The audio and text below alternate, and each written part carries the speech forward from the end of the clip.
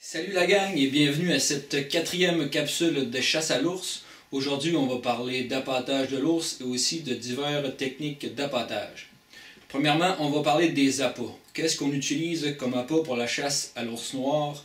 Je vous en nomme principalement quelques-uns, mais il y a d'autres options possibles également. Donc premièrement, on va parler du pain, des bagels, des muffins, des gâteaux, donc passé date, etc. Plus de la mélasse. On parle de la mélasse, là, la mélasse à vache qu'ils vont appeler. Ils vont mettre ça pour les bovins. Vous pouvez trouver ça là, de mémoire dans les coops. Moi, j'en ai jamais utilisé, mais je sais que ça existe et que c'est très utilisé pour la chasse à l'ours. Quand on parle de gâteau, muffin, pâtisserie, tout ça, c'est important sans chocolat. N'utilisez pas des pâtisseries avec du chocolat parce qu'il y a une substance dans le cacao qui s'appelle la théobromine, qui est vraiment nocive autant pour les chiens que pour les ours. Donc, n'utilisez pas de chocolat dans vos appâts, ça peut tuer vos ours. Le but de la chasse, c'est effectivement de récolter les ours, mais c'est pas d'anéantir une population d'ours en entier. Donc, par exemple, au New Hampshire, en 2015, là, il y a 2 femelles ours avec 2 oursons qui ont été retrouvés morts près d'un appât là, avec beaucoup de chocolat. À peu près à 50 pieds, donc c'est sûr et certain que c'est... avec les études qui ont été faites, c'est vraiment la théobromine qui est mis là-dedans en cause. En 2011, au Michigan aussi, un ours qui est mort, sans compter là, tous les ours qui sont pas retrouvés, qui peuvent mourir là, à une certaine distance du site d'appâtage. Donc bien important, pas de chocolat dans vos appâts, c'est la règle principale quand on chasse l'ours. Ensuite de ça, de la moulée pour chien. Prenez un gros sac de moulée, le plus gros et le moins cher possible. Encore une fois, on va ajouter de la mélasse à bovin là-dedans. Ce qu'il va faire, ça va ajouter beaucoup de sucre, donc très intéressant pour les ours. J'ai vu aussi des gens qui vont utiliser du popcorn, donc puis de la poudre à jello pour ajouter vraiment le goût sucré, mais la mélasse ferait aussi bien. Le popcorn, ce qui est intéressant, c'est que c'est tellement léger que l'ours, il va se nourrir, mais il va avoir de la misère à se rassasier, donc il va aller souvent au bait. Ce qui va permettre d'avoir une fréquence très importante au bait. Ensuite de ça, ça ne coûte rien des restants de table. Donc si vous mangez quelque chose, il reste un restant, ben, ça peut être utilisé aussi pour les bêtes. Des carcasses de bêtes, s'il y a des trappeurs qui ont gardé des carcasses, vous leur demandez de vous donner des vieilles carcasses qu'ils n'utilisent pas pour leur site. Ça peut être bon aussi. Je sais que le castor est excellent pour la chasse à l'ours. Il y en a qui vont mettre le castor en entier dans le drum. Première méthode très efficace quand vous avez beaucoup d'ours dans votre secteur. Si par exemple vous avez un roulement de 3-4 ours qui vient à votre bait, cette technique-là peut être excessivement intéressante. Elle va servir à quoi? L'objectif de la technique, dans le fond, c'est de tuer un ours lorsqu'on va baiter. On va aller baiter, on va aller dans le stand, puis le but c'est que les ours sortent rapidement. Donc c'est vraiment l'objectif premier de cette technique-là. Ce qu'on veut, elle repose sur 2 principes, donc créer une habitude et avoir une compétition entre les ours. Comment créer une habitude? Bien, on va appâter toujours aux mêmes heures. Donc si on apporte à chaque jour ou aux 2 jours, par exemple, je finis mon travail à 4h30, à 5h je m'envoie sur le site d'appâtage et j'apporte. Routine lors du dépôt d'appât. Donc à chaque fois, par exemple, je me présente à l'appât, je vais frapper sur mon baril avec un bout de bois. Ou si par exemple je viens en 4 roues, j'arrête mon 4 roues, je vais appâter, je frappe sur mon baril avec mon bout de bois, je pars avec mon 4 roues. Et des routines de même, ça peut être utilisé comme stratagème aussi. Par exemple, la journée de ma chasse, on est 2 sur le 4 roues, mon ami me laisse là, il arrête le 4 roues, je m'en vais appâter, je frappe sur mon drum, je monte dans mon stand, mon ami starte le 4 roues, puis il s'en va. Donc l'ours est habitué, quand il entend la 2e fois que le 4 roues s'en va, il sait qu'il n'y a plus personne là. Mais là, par exemple, cette fois-là, vous êtes là pour chasser. Donc c'est une des techniques qui peut être utilisée. Le but dans cette technique-là, c'est d'appâter souvent, mais de limiter la quantité de nourriture. Donc si par exemple, la première fois que vous appâtez, vous avez mis 100 kg de bouffe, j'exagère un peu, mais par exemple, il y a beau avoir 3-4 ours dans le secteur, il y a des chances qu'il reste de la nourriture là. Donc si vous allez appâter à chaque jour ou chaque 2 jours, les ours ne sortiront pas tout de suite après que vous ayez quitté le bait parce qu'il va rester assez de bouffe pour eux. Donc il n'y aura pas vraiment de compétition, ils vont se tolérer un et l'autre. Donc l'objectif premier, c'est de tirer un ours tout de suite après avoir appâté. Donc dans ce cas-là, s'il y a trop de nourriture, ce ne sera pas intéressant.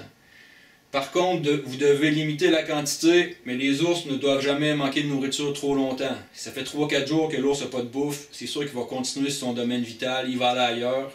Il va peut-être en avoir un ou deux qui vont rester là pour attendre, mais il y a des fortes chances que les ours continuent sur leur passage. Donc assez simple la technique, créer une habitude et créer de la compétition avec les ours. Ce qu'il va faire s'il y a de la compétition, ben, ça va être premier arrivé, premier servi au bait. Fait qu'une fois que vous allez baiter, ben, ce qu'ils vont dire, si je veux de la bouffe, c'est le temps que j'y aille. Donc ils vont sortir assez rapidement.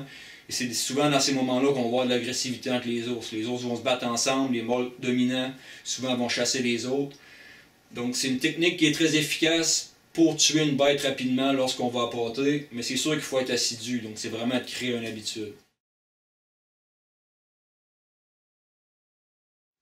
Deuxième méthode, c'est la méthode plus classique, je dirais. C'est une méthode quand il y a peu d'ours dans un secteur ou qu'il y a trop de nourriture abondante. Si par exemple vous êtes plusieurs groupes de chasseurs près, l'ours, il y a très peu de compétition, il y a vraiment de la nourriture abondante un peu partout, donc vous pouvez utiliser cette technique-là.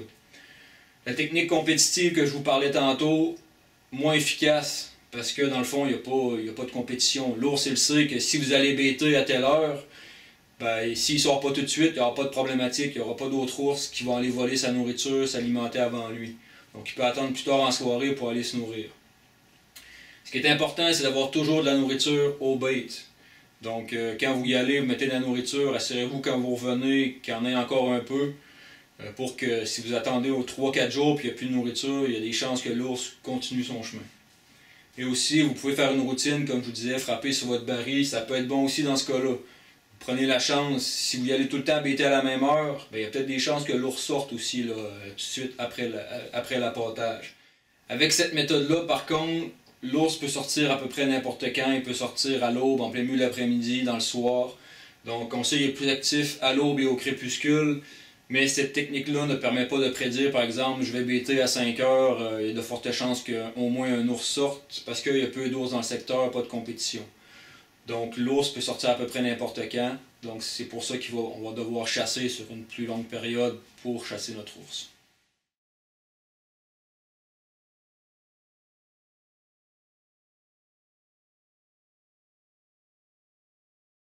On va parler maintenant de la première technique qui s'intitule le pneu sur un arbre. Donc vous voyez ici, je vous ai mis de la belle couleur vert et rouge. C'est fou les effets spéciaux, ce qu'on va faire aujourd'hui. Donc premièrement, pneu sur un arbre, les avantages de ça, c'est que ça peut être temporaire. Donc si on ne sait pas s'il y a un ours dans le secteur, on peut utiliser par exemple un pneu autour d'un arbre, on va l'attacher avec une corde jaune. Fait que dans le fond, s'il y a un ours dans le secteur, après ça on peut le rendre fixe. Ce qu'on peut faire fixe, vous allez voir, j'ai une petite vidéo, c'est qu'on va l'attacher avec de la corde à linge, avec des crampes de corde à linge. Donc ensuite de ça, il est fixé à l'arbre, il tourne plus, il bouge plus. Donc ici là, on a un wire de corde à linge, avec des crampes de corde à linge. Ça fait 2 ans qu'il est là, ça tient le coup. Donc comme ça, le pneu il peut pas vraiment tourner, donc ça nous donne une meilleure angle là, pour prendre un tir, comparativement à la corde qui est temporaire. Ce qui est intéressant avec le pneu sur un arbre, c'est qu'on peut mettre le pneu dans une telle direction pour pouvoir faire des tirs de précision à la colonne. Donc je vais vous mettre 2 petites vidéos qui démontrent 2 chasses que j'ai fait avec un tir à la colonne avec le pneu sur un arbre.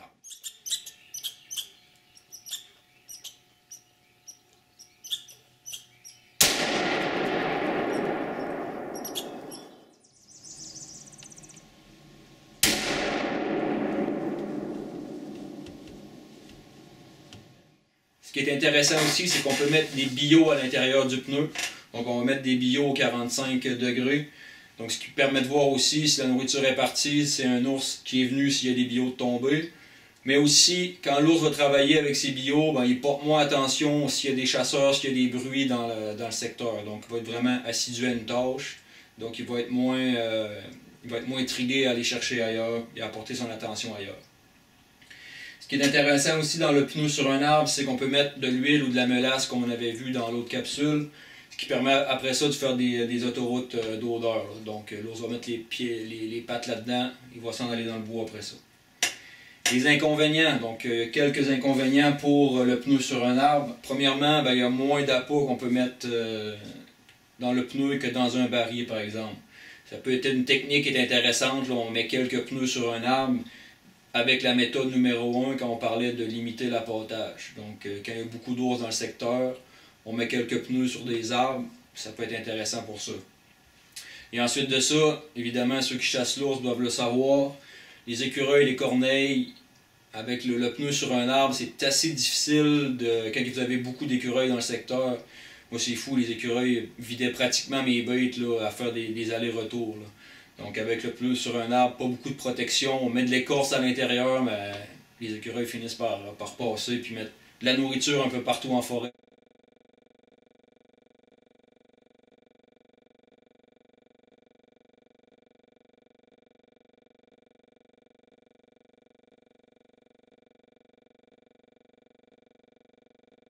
Maintenant, on va parler de la technique numéro 2, donc 2 fois 5 gallons. La technique numéro 2, pas tout le monde qui l'utilise, mais ceux qui l'ont déjà utilisé, dans le fond, vous avez un 5 gallons, vous mettez du bait là-dedans, et vous allez mettre un deuxième 5 gallons par-dessus pour vraiment protéger votre bait. L'avantage de ça, c'est que ça se transporte assez facilement. Donc, un peu comme le pneu, c'est efficace pour voir si vous avez des ours dans le secteur ou non. Avant, par exemple, de mettre un gros baril, s'il n'y a pas d'ours, vous changez de spot. Pour la compétition, donc on parlait avec le pneu, ça peut être efficace de faire la méthode 1 compétitive. Avec celle-là, c'est très efficace aussi de prendre cette option-là. Vous allez voir, j'ai une petite vidéo là, où j'apportais justement avec 2 5 gallons un par-dessus l'autre. Puis il y a un ours qui est en train de grogner après l'autre parce qu'il y a vraiment une compétition dans cet endroit-là. Donc ça peut être utilisé aussi pour la méthode 1 compétitive.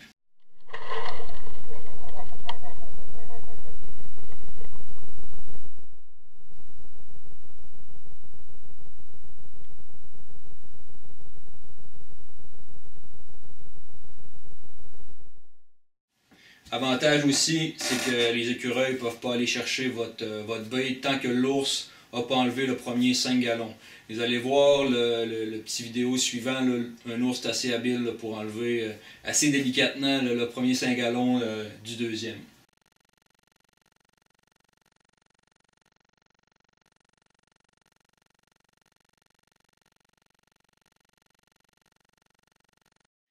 Les inconvénients, il y en a quelques-uns. Beaucoup moins d'appât que le baril, encore une fois, peut être utilisé pour la méthode 1, mais si on veut appâter, si on faut appâter par exemple aux 3-4 jours, c'est pas une technique là, qui est vraiment intéressante, parce que justement la nourriture va partir assez rapidement. Les ours vont rester moins longtemps au site, pourquoi? Parce qu'il n'y a pas besoin beaucoup de travailler, ils vont enlever le premier 5 gallons avec ses dents, il va rester là, souvent les ours vont se coucher, ils vont manger directement dans le baril, une fois qu'ils ont assez mangé, ils vont s'en aller. Donc ils vont rester moins longtemps, ils ont moins à travailler fort, par exemple, qu'avec le baril pour avoir de la nourriture accessible. Et ensuite de ça, on peut partir avec les 5 gallons. Donc vous allez voir, j'ai une photo, là, il y avait un ours en particulier. À chaque fois que je revenais sur mon site d'appâtage, le 5 gallons n'était plus là. L'ours était parti avec, il était vraiment allé dans un milieu qui avait plus de couverture latérale. Il se faisait un petit trou et il mangeait là en sécurité. C'était difficile pour moi de tirer cet ours-là parce qu'à chaque fois, il allait là, il prenait le 5 gallons puis il partait avec à course et il s'en allait. Donc ça aurait été plus efficace par exemple avec un pneu ou avec la technique du baril. Donc maintenant la troisième et dernière technique que je vous parle aujourd'hui, on parle du baril troué. Donc ceux qui l'ont jamais vu, moi j'en ai fait un. Dans le fond, c'est un baril, c'est à peu près environ 45 gallons, soit en plastique, en métal. Ce qu'on va faire, on va faire des trous environ de 2 pouces, 2 pouces et demi avec une holsa. Et ensuite de ça, on va faire une ouverture là, sur le dessus qu'on va pouvoir ouvrir, mettre de la nourriture et refermer par la suite. Ce qu'on va faire, on va percer des trous, je dirais environ une douzaine de trous, donc à peu près 4-5 trous par hauteur. Donc on peut voir ici, un peu plus bas, en bas complètement. On va garder environ 10-12 pouces pour éviter que le liquide, comme l'huile à friture qu'on va mettre, la confiture, pour éviter que ça s'écoule au sol. Ensuite de ça, la deuxième rangée, on va faire 4 trous encore. Et plus haut, on va faire 3 à 4 trous également. Et je peux remplir mon baril. Ensuite, quand le baril est rempli, je referme la porte. Et voici. Et quand il sert la chaîne, je me suis fait des trous d'à peu près 1,5 pouce sur le côté ici. Tout ce que j'ai à faire, c'est d'insérer la dans les trous et ressortir par le gros trou ici. Et voilà, donc ici ce que j'aurai à faire, c'est de mettre un cadenas, mettre un swivel et ensuite l'attacher à l'arbre avec un câble de 1/8 de pouce. Donc c'est ce qu'on utilise là, pour attraper l'ours. Donc je vais l'attacher à un arbre avec ça. Le best, c'est d'être dans une pente. Donc le baril va pouvoir rouler un peu partout, puis déverser graduellement de la nourriture. Donc, vous allez voir, j'ai une petite vidéo là-dessus pour vous le montrer.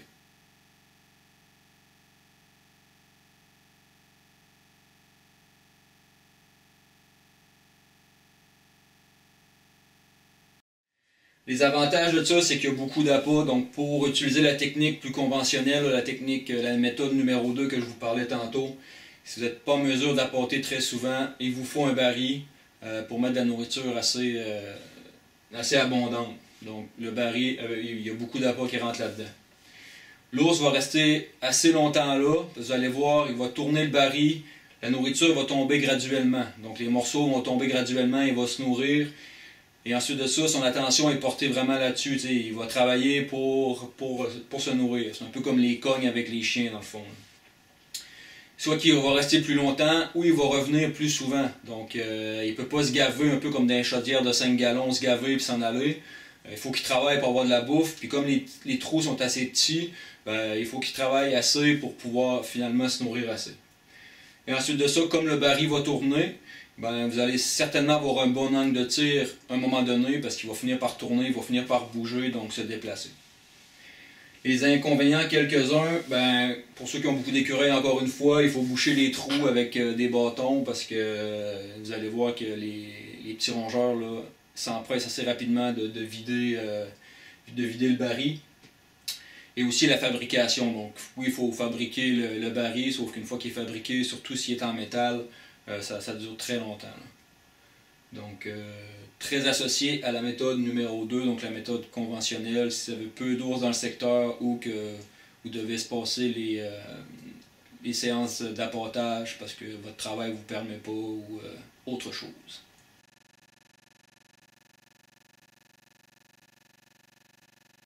Petit point bonus, on va parler de l'éviscération. Pas beaucoup de différence entre les autres gros gibiers et l'ours noir, donc une éviscération qui est rapide après la mort de l'animal. C'est sûr qu'il faut y aller en sécurité aussi, là, pas y aller 2 minutes après pour voir si l'ours est mort. Ce qu'on veut par l'éviscération, c'est effectuer un refroidissement assez rapide. Utiliser du coton fromage comme les autres espèces. La fourrure va protéger l'ours d'un côté, mais mettez des cotons fromage de l'autre côté pour évidemment les mouches pondeuses qui sont actives durant cette période-là. Moi, une technique que j'ai trouvée efficace pour garder la viande, vraiment de refroidir l'animal le plus vite, c'est d'avoir des sacs étanches de glace et vraiment, là, une fois rendu chez soi, on va coucher l'animal soit sur le dos avec une légère pente. Et ensuite de ça, on va mettre des sacs de glace à l'intérieur. Donc vraiment, là, il y a un refroidissement assez rapide qui va se faire pour conserver la viande. Et ensuite de ça, vous allez l'envoyer chez le boucher. Ça, c'est pas de mes compétences, donc je ne vous en parle pas. Finalement, j'espère que vous avez apprécié mes capsules, que vous avez appris quelques petites choses. Si vous n'avez rien appris, c'est peut-être une bonne révision là, pour vous à ce niveau-là. N'hésitez pas à partager, à commenter, à liker, peu importe. Allez sur ma page Facebook Dave Dubé Pêche et Chasse Côte-Nord et aussi ma chaîne YouTube Dave Dubé. Donc sur ce, bonne chasse et surtout soyez prudents et n'oubliez pas que nos bêtes c'est pour l'avenir et notre relève. Donc soyez respectueux de la nature. Bonne chasse.